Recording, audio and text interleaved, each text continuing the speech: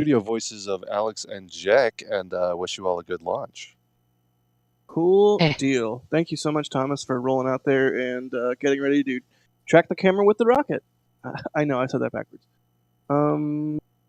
Let's see here. We are steadily ticking down. Just about 2 minutes to go. We should see another vent at the 2-minute mark, right, Alex? Yeah, so right now they have wrapped up the lux load on the first stage. They're about to wrap up the lux load on the second stage. And once they do that, they have to clear all the lines on the transporter erector. And so that'll be another major event as well. Excellent. And let's see. I'm not seeing it yet. Soon. Oh, there we go. Here comes the vent. Hooray. I'm trying to look for a question we can answer in less than a minute and a half here. Let's see.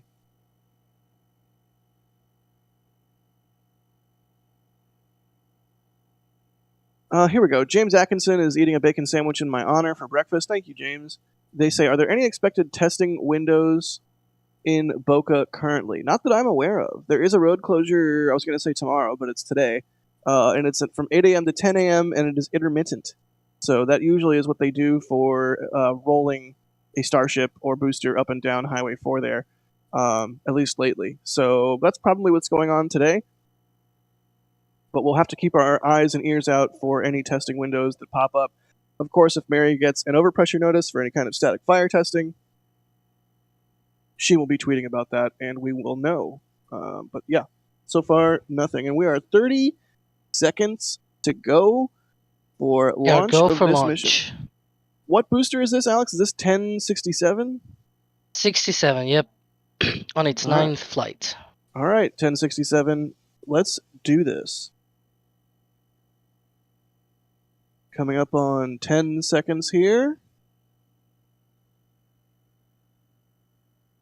10, 9, 8, 7, 6, 5, 4, 3, 2. This one's for Raven. 1, 0, ignition, and liftoff of Falcon 9 B-1067 from Cape Canaveral Space Force Station at Slick 40. Go, baby, go.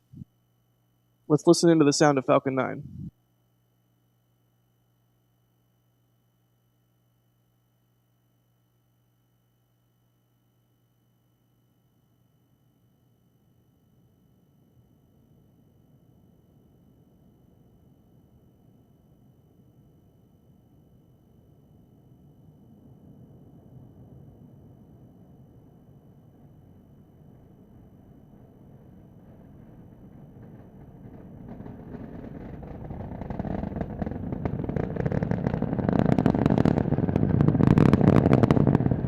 Wow.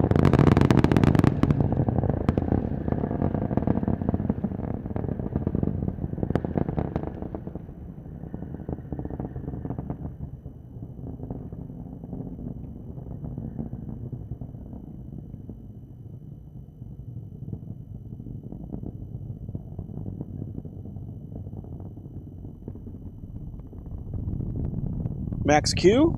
That's the phase of maximum aerodynamic pressure on the vehicle. Passing through that now.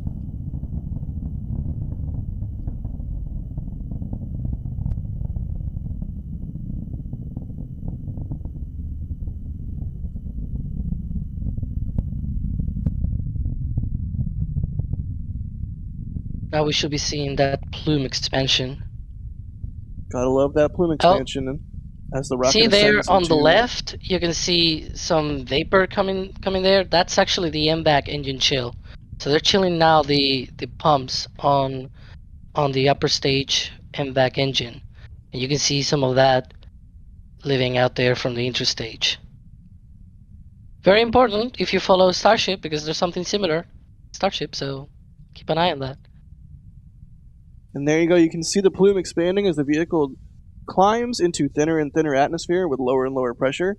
That is nominal and also very cool. Next up is going to be Miko, followed shortly by second stage start, and then fairing Sep. Let's watch and see I guess also there's second stage SEP as well. And you can see that MVAC engine Alex was just talking about there, and good SEP. Mm-hmm. And we have second engine startup. Yeah, if you see all those dangling cables and bits and things like that, those are used for that engine chill and other kind of drains and things like that. And That's there's why you fairing see. SEP. There we go. And you can see the grid fins extending on the Falcon 9 first stage there on the left. Those are what helps steer the booster as it comes down into thicker and thicker atmosphere. While on the right, the second stage is powering itself into orbit. Look at the lights. If you were wondering what all the things that flew off the second stage engine as it ignited, those are stiffener rings. That nozzle extension on this particular variant of the Merlin rocket engine is it's quite a large nozzle, and those stiffener rings are used to I don't know, how would you describe that, Alex? Just sort of shore things up for the vibration of launch? Yeah, it's a very delicate extension nozzle there for the MVAC. So it's very, very thin, and so it needs a stiffener there so you can keep a little bit of a stiff on the structure so it doesn't really break up. Makes sense. But yeah, once the thing is in space, it doesn't really need it. All right, the next thing we're going to see here in a little bit is the entry burn on the Falcon 9 first stage.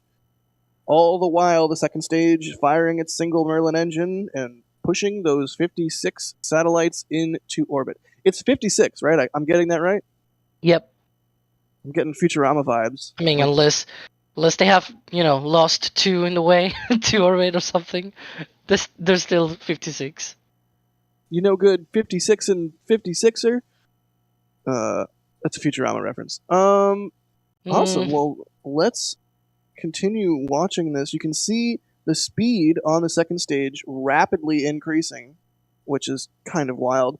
Meanwhile, the speed on the first stage is very slowly increasing because it is falling back to Earth. But once we do get that entry burn on the first stage, you will see that indicated speed rapidly scrubbed off there. It's always one of those cool things to see on launches. It's just watching the juxtaposition between the two vehicles and what exactly they're doing.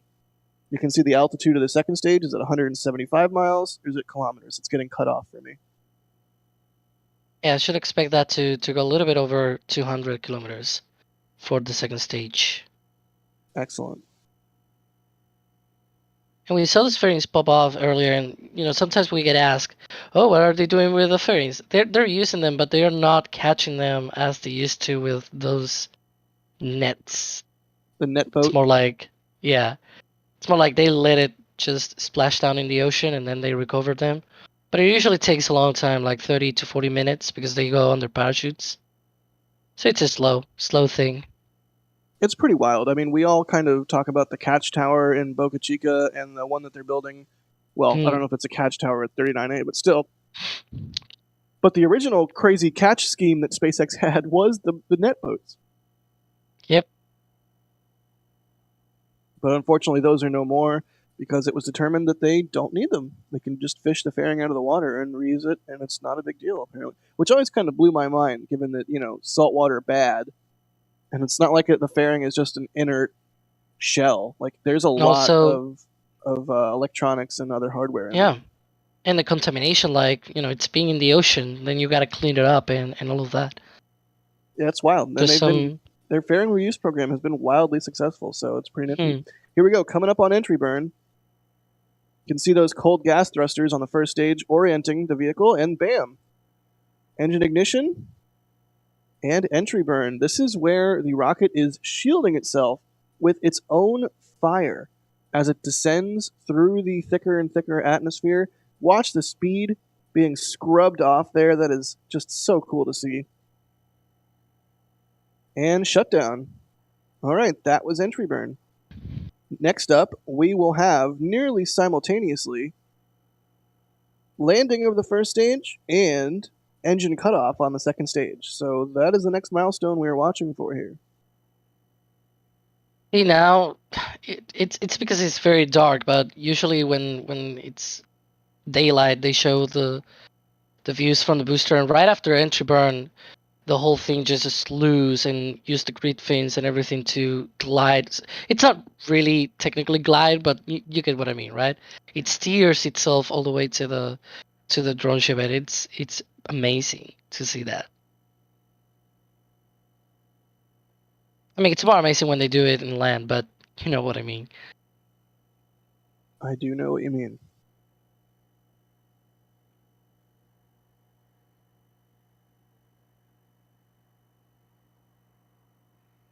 Should be coming up soon on that landing burn.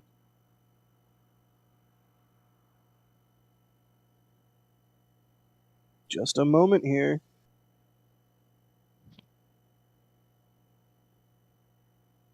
And there we go. You can see the grid fins wiggling there to provide some control authority. What a cool shot. We should see the drone ship sort of appear out of the mists. There you are. Gosh, that looks so sci-fi. I'm never going to get tired of that. And landing of B-1067. Landed. That looked like a bullseye. I love how the speed is like 1, 1, 0, 1.